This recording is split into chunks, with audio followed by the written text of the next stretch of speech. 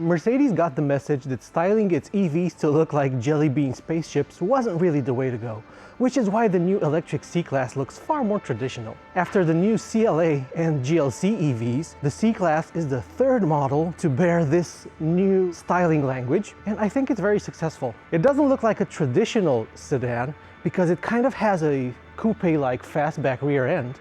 And because it's an EV, it rides a bit taller and the body is a bit taller than the C-Class you're used to. Mercedes calls this the sportiest C-Class ever, pointing to the fact that it has rear-wheel steering and air suspension, which can dramatically alter its character, turning it from an S-Class-like limousine to something a lot sportier and sharper.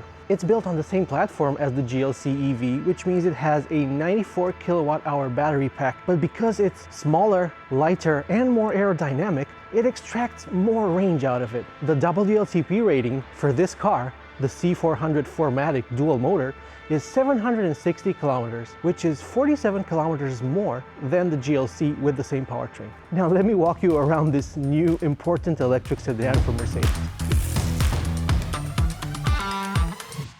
Just like in the GLC EV, the defining design element of these new electric Mercedes is the grille. It is a reinterpretation of the style of grille that Mercedes was doing in the 1970s, but brought up to date. And of course, it has to be LED illuminated. It has hundreds of these illuminated points on it, and the surround is also lit up. As you've come to expect from Mercedes, the daytime running light is the Mercedes Star in its latest model. Say what you will about it, but you can't mistake this car for something else. And these headlights are special because they are digital light headlights with micro LED technology. Now, because this is an EV, Mercedes has been able to play with the proportions of the body, so there's more greenhouse in relation to the wheelbase, which itself has grown by 3.8 inches or around 10 centimeters. Mercedes says it has more legroom for occupants both in the front and in the rear compared to the combustion model. And because there's a battery there, it's also a taller vehicle overall.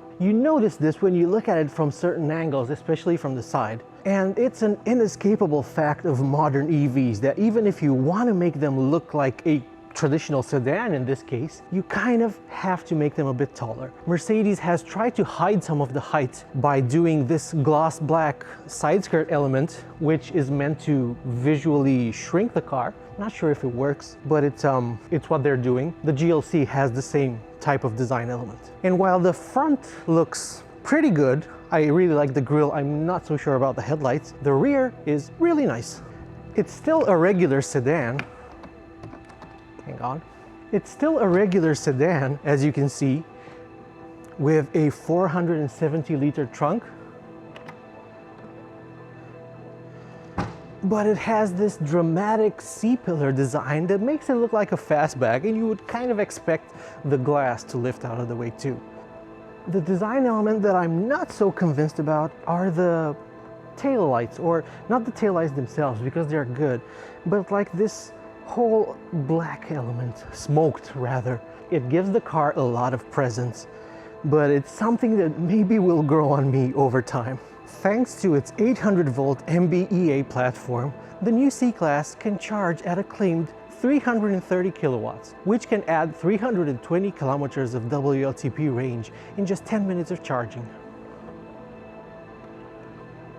The charging port door is powered, revealing a CCS connector, which will be NACS in the US. I actually charged this car's crossover sibling, the GLC EV, yesterday, and it actually charged even higher than the advertised number.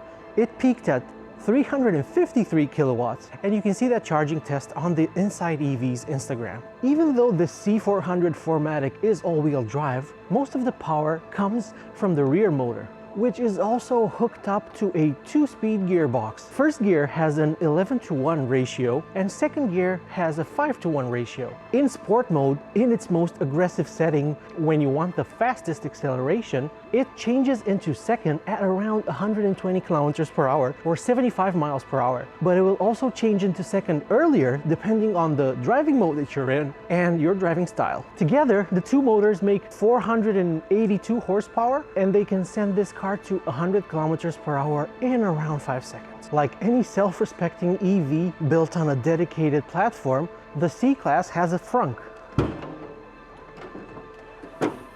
Mercedes hasn't released the official capacity for this, but in the GLC it's 128 liters, and this looks identical to me. It might be a tiny bit smaller, but I can't really tell. Now for the big test for a sedan. How well does a 6-footer like myself sit in the back? It has flush door handles that power out of the door when you touch them.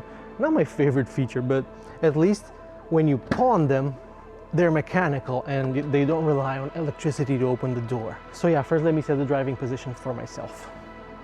So I'm 183 centimeters tall, that's 6 foot tall, and yeah, I fit okay-ish back here. The GLC is definitely a bit roomier, and I've cranked the driver's seat all the way down, as I do, like the wannabe racing driver that I am. And I can see that when I sit behind myself, I cannot put my feet underneath the front seat, which is kind of a bummer.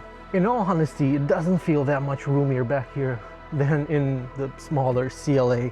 And it has the same problem of the floor being a bit too high and pushing my knees a bit too high and my thighs not really touching the cushion. There's also no rear entertainment for passengers, so there's no screen, no separate climate zone. You just get 2 USB-Cs and a couple of climate vents. But it is pretty nice back here. I mean, the materials are great, and I will say they're even better than in the GLC EV, because where in the GLC on the lower part of the door you have hard scratchy plastic, here you have pleasant soft touch stuff. And the back of the front seat backrest is also pleasant to the touch. What saves the rear ambiance is the panoramic glass roof, which is electrochromic, meaning you can make it opaque at the touch of a button, and it has a pattern that you can choose from. So you can either make it completely opaque or just have segments of it opaque. I'm gonna move to the front where most of the action is now. What really makes the interior of the C-Class special is the 39.1-inch pillar-to-pillar panoramic display. This is an optional setup, and the standard one is 3 separate screens. So there's a digital driver's display, a screen in the middle, and then another one for the passenger. I think the full screen is a must. It's almost a meter of screen stretching from pillar to pillar, and I think it completely transforms the cabin. This dashboard design isn't my favorite. I think it's kind of a bit lazy, I guess. It's just a big slab here, but if you're gonna do it that way, at least just have one massive screen. I do like that you can sit nice and low in this car. The seat controls are on the door. You have a manually adjustable thigh support, which is excellent for somebody with longer legs. And the steering wheel really comes close to you, so you feel cocooned and it feels sporty, and you just want to attack some bends in this car. At least that's the feeling I'm getting. This car is an AMG line, so it gets sportier seats. And yeah, I really like it. I think the driving position is spot on.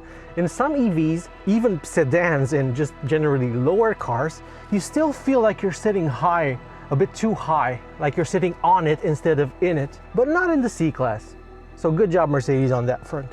There's also an interesting diamond pattern to the stitching on the doors and on the seats, and this helps lift the cabin further. The rest is pretty much similar to the GLC. You get 2 cooled wireless phone chargers here, a couple of deep cup holders with fingers that come out to hold your narrower drink in place. You get a row of physical buttons, dynamic select, parking functions. You can turn off the screen, hazards, voice commands, and a volume control. Mercedes has also brought back physical controls to the steering wheel. No more slidey nonsense on the wheel. And I like that they didn't actually change the design of the wheel much in doing so, because I really like this double spoke AMG wheel. The infotainment deserves a mention because it's the new MB.OS, which has multi-agent AI implementation.